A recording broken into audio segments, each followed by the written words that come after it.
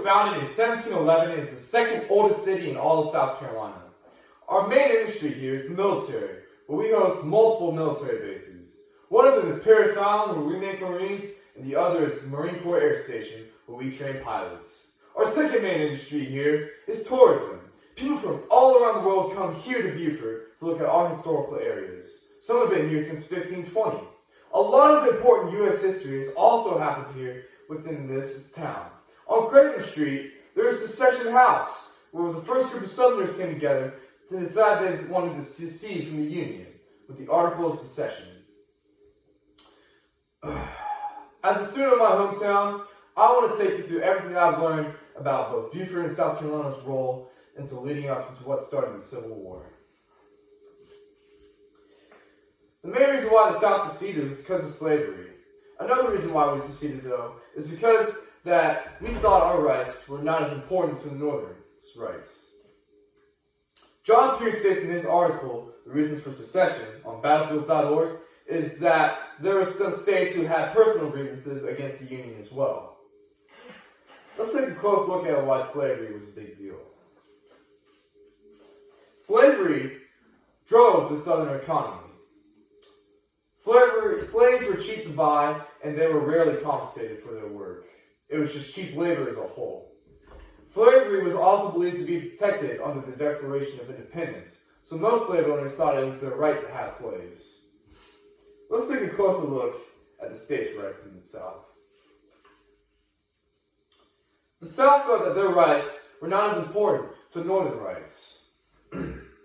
For example, the Fugitive Slave Act was created so that Southerners or Southern slave owners can go capture their slaves that escaped up north.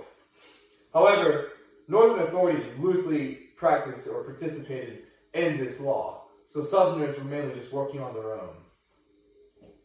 Another example is tariffs. Cotton was one of the biggest goods in the South, and tariffs on cotton put a very big dent in the economy as well.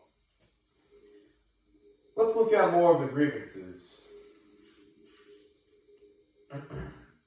Local historian Lawrence Wolland, in his book, The History of Beaufort County in South Carolina, states that that the states had very little grievances also against the Union. For example, in Texas, there was a large military occupation there. They were sent there to protect the people against Mexicans or Native Americans or just anyone causing trouble. But the military wasn't really doing their job right, and the people were starting to get annoyed by them. Wiley Sword states in his book, The Confederacy's Last Hurrah, that people were fearful of Lincoln because there was rumor that he had strong abolitionist ideas. People feared that he'd take away their land and slaves, making them dead off their livestock and livelihood. Now, let's sum everything up. The South didn't want to lose slavery, and they thought that their rights were not as important to the North. There were also little grievances between the states and the Union itself. We had some bad habits, but if we had a stronger voice within the government, and if we had let go of our slave-based economy, there might not have been a need for civil war in the first place.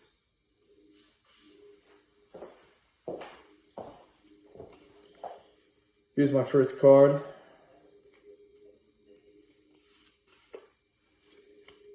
Here's my second card.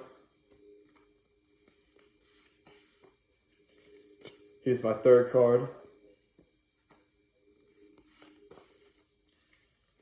Here's my fourth card.